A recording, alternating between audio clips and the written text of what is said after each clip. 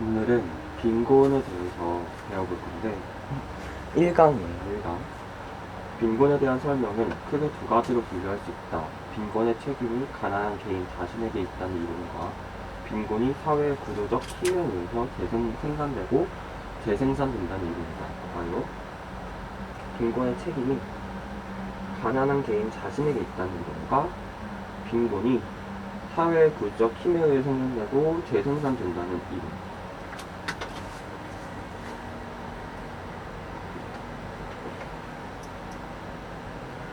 우리가 이 빈곤이라는 것은 굉장히 잔인한 거잖아요. 근데 이 빈곤이 어떻게 발생하고 누구 때문인가 라는 이유에서 책임이 가난한 개인이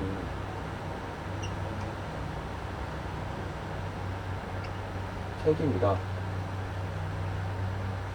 이렇게 말하는 이론이 있고요. 또 하나의 이론은 사회의 구조적 힘이 생산하고 그리고 재생산된다. 이제 이런 두 가지 이론이 있다는 겁니다. 경합하는 이 두 가지 접근법은 각각 희생자 비난하기와 체계 비난하기 이론으로 불리기도 한다. 여기서는 순서대로 간략히 검토해 볼 것이다. 자, 그래서 우리는 이것을 희생자 비난하기 이론,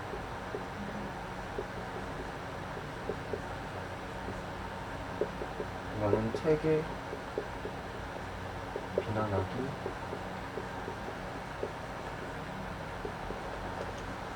이론으로 나눈다는 것도 아실 수 있습니다. 가난한 사람들 스스로가 자신의 불리한 지위에 책임이 있다고 간주하는 사회적 태도에는 오랜 역사가 있다. 19세기 구빈원 같이 빈곤에 대처하라는 초기의 시도는 빈곤이 개인의 부적응이나 병약함의 결과라는 믿음에 근거했다.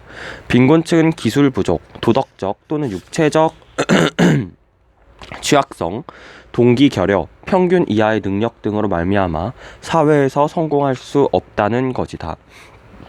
다시 말해, 성공할 만한 사람은 성공하고 능력이 부족한 사람들은 실패하기 마련이라는 말이다. 승자와 패자의 존재는 어쩔 수 없는 현실로 여겨졌다.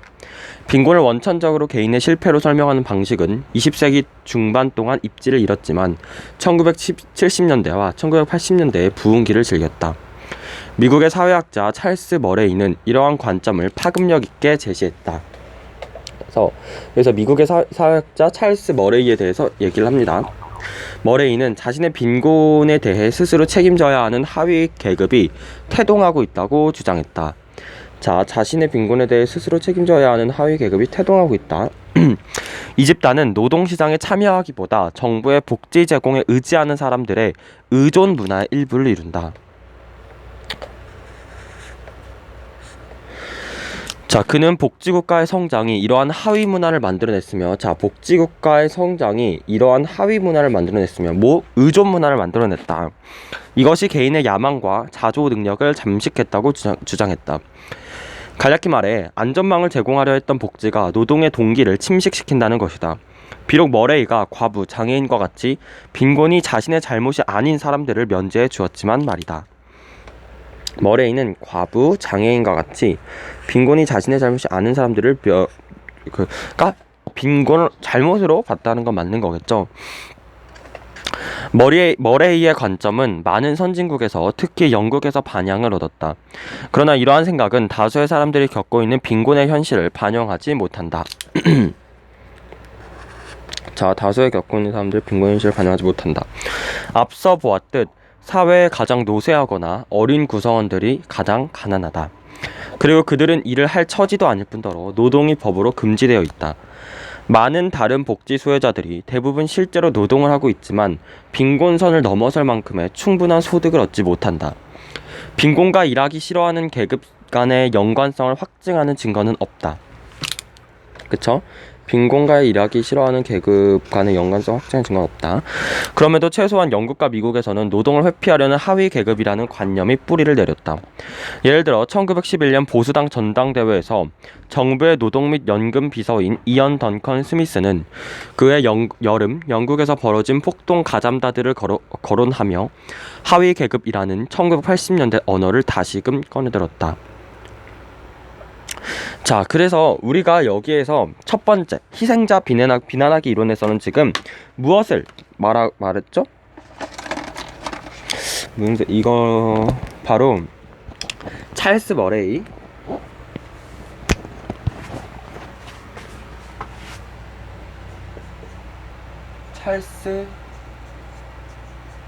머레이의 보았듯이 의존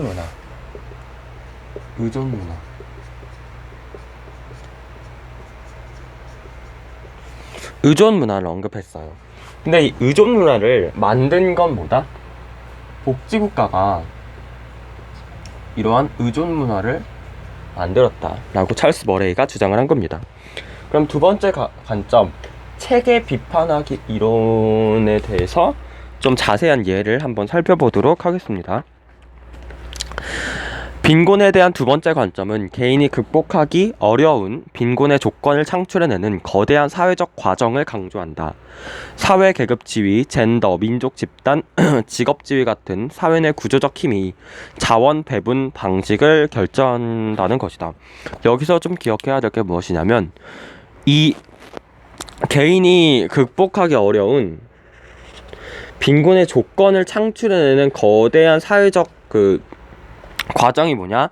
사회 계급 지위, 젠더, 민족 집단, 직업 지위 같은 사회 내 구조적 힘이 자원 배분 방식을 결정한다는 것이다.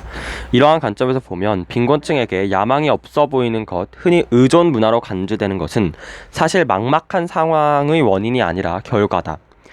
자, 그쵸? 의존 문화로 간주되는 것은 결과라는 것입니다. 그 결과. 이러한 주장의 선구자인 R.H. 토니는, 자, 토니에 대해서 나옵니다. 빈곤을 사회적 불평등이라는 측면에서 보았다. 자, 얘는 빈곤을 어떻게 보았다? 빈곤을 사회적 불평등의 측면에서 보았다.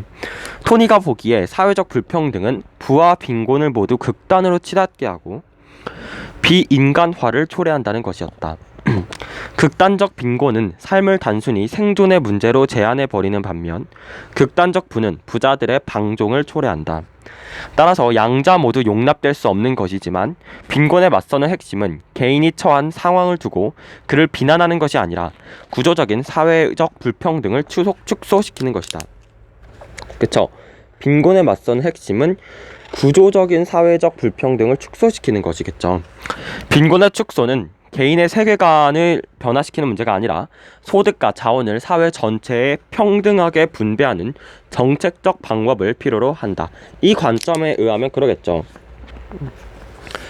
빈곤의 축소는 개인의 세계관을 변화시키는 문제가 아니라, 그러니까 너가 더 열심히 일해, 너가 더 열심히 일하지 않으니까 그러게 된 거야, 그런 류의 문제가 아니라 소득과 자원을 사회 전체에 평등하게 분배하는 정책적 방법을 필요로 하겠죠, 당연히. 윌 허턴은 우리가 살고 있는 국가는 윌 허턴의 우리가 살고 있는 국가는 책 이름이죠. 1970년대와 1980년대의 경제적 재구조화 과정이 불리한 자들, 주변화된 안전하지 못한 자들, 특권층의 세 집단 사이에 새로운 사회적 분화를 발생시켰다고 주장한다. 자, 1970년대와 1980년대의 경제적 재구조화 과정이 불리한 자들, 주변화된 안전하지 못한 자들, 불리한 자들이란 직장이 있지만 직장에서 나왔지만 다시 고용되려고 이제 노력하는 불리한 자들, 또 직장이 있지만 정액 혹은 단기로 계약한 낮은 소득에 주변화된 안전하지 못한 자들, 안전한 전일대 쪽은 자영업 상태로 소득이 높은 특권층의 세 집단 사이에 새로운 사회적 분화를 발생시켰다고 주장합니다.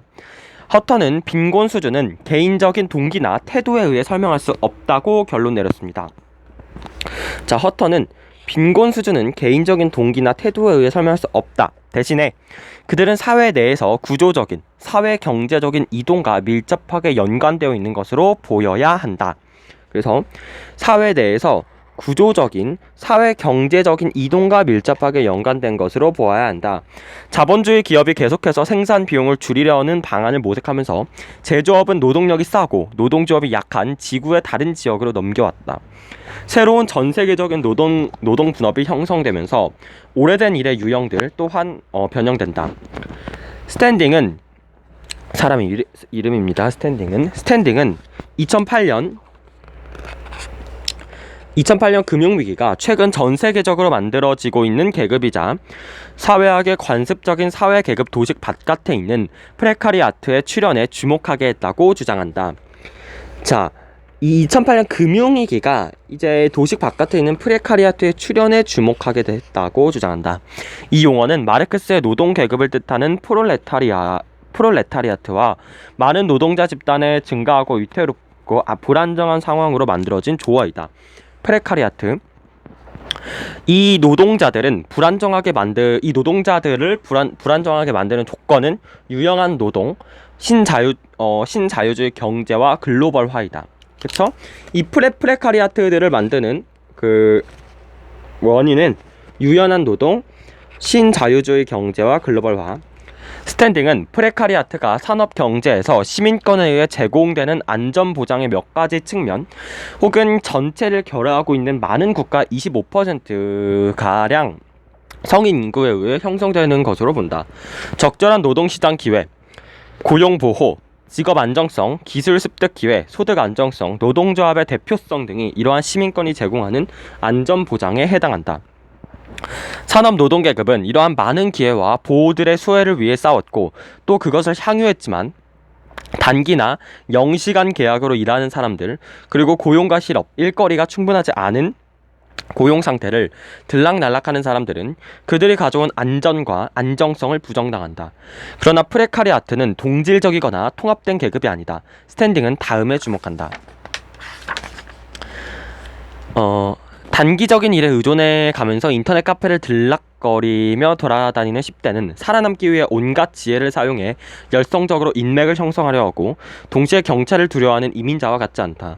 또한 다음 주분식 때 청구서가 어디에서 날아들까 조마조마해하는 싱글맘과도 비슷하지 않고 의료비 지불을 위해 임시직에서 일하는 60대 남성과도 비슷하지 않다. 그러나 그들은 모두 그들의 노동이 필수적이고 기회주의적이며 불안정하다는 점에서 이제 같다는 것이죠. 허턴처럼 스탠딩도 프레카리아트의 출현과 성장을 설명하기 위해 경제적 재구조화 논의를 채택한다. 자, 이거를 좀 당겨주면 1970년 초 이후의 세계화 과정은 세계적 시장 안으로 상대적으로 낮은 임금을 가진 새롭게 산업화하는 국가들을 데려왔다. 그리고 경쟁의 압력은 더 치열해지고 더욱 유연한 노동시장 관행을 소개하는 운동으로 이어졌다. 이것은 노동조합과 같은 집합적 연대의 자원이 더욱 단단하게 규제되거나 통제되기를 요구했고 정부들은 이것을 달성하기 위해 다수의 새로운 입법을 소개했다. 중국, 인도, 베트남, 태국, 인도네시아 그리고 많은 다른 국가가 세계적 경제 체계로 끌려 들어옴에 따라 회사들은 그들의 생산 시설을 이러한 국가들에 짓거나 옮겨갔고 세계적 노동 공급은 엄청나게 성장했다. 이로 인해 하나의 핵심적인 결과는 선진국들에서 노동자들의 협상 지위가 심각하게 약해졌다는 것이며 그와 함께 만성적인 불안전도 증가했다. 그래서 선진국들에서 노동자의 협상 지위가 심각하게 약해졌고 만성적인 불안전도 증가했다는 겁니다. 앞에서 제시한 두 개의 광범위한 관점, 개인의 선택으로서의 빈곤과 구조적으로 야기된 빈곤은 사회학 내 행위, 구조 논쟁의 양편을 각각 대표한다. 그러나 어느 한편을 택할 필요는 없다.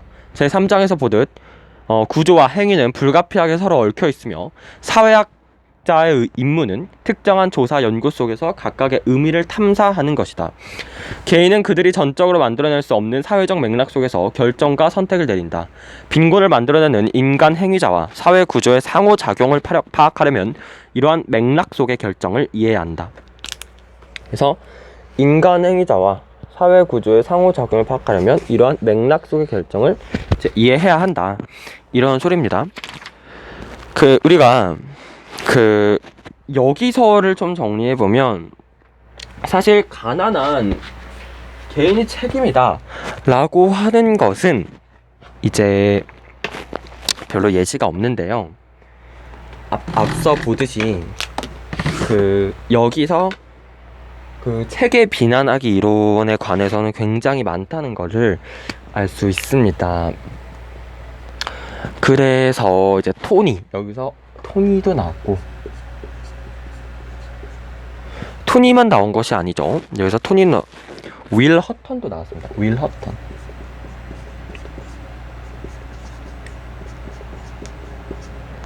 보이시나요? 그쵸? 윌 허턴도 나왔고요. 그리고 제가 좀 본 건 스탠딩.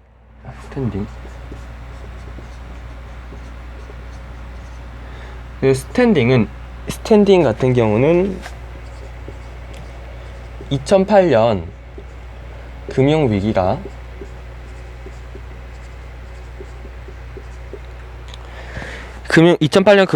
새로운 새로운 계급을 만들었다. 그게 바로 뭐냐? 여기서 약간 제가 많이 주목한 게 뭐냐면 프레카리아트라는 말을 사용했다는 거죠.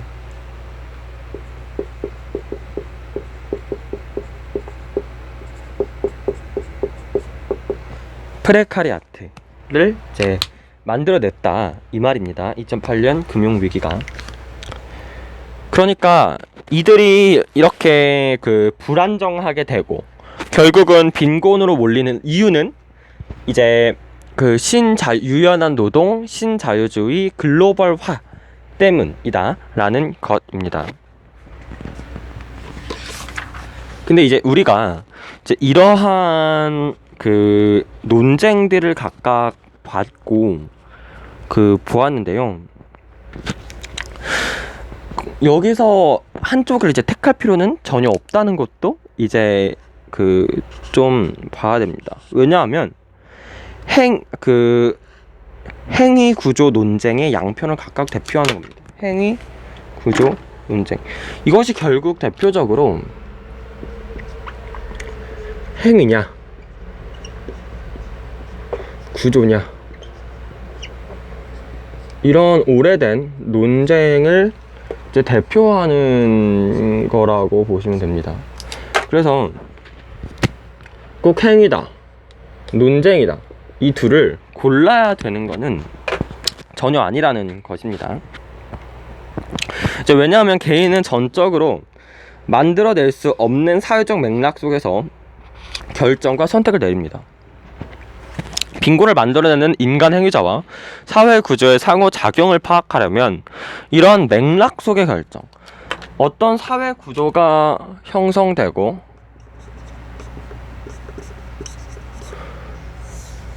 결국 이 사회 구조 속에서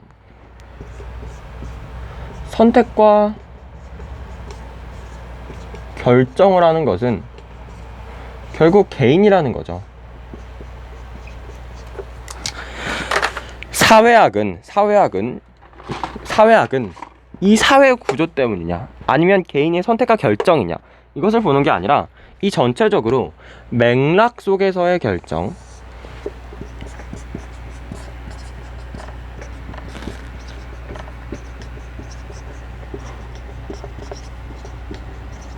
맥락 속에서의 결정을 보아야 한다 라고 말하는 겁니다. 그 정도를 말하면 되겠고요. 이제 다음 시간에는 이제 빈곤과 이제 사회적 배제, 사회적 이동성에 대해서 이제 말을 하도록 하겠습니다. 일단은 여기서 마치고요. 상당히 좀 어려웠던 제 시간이었던 것 같습니다. 여기서 마치겠습니다. 감사합니다.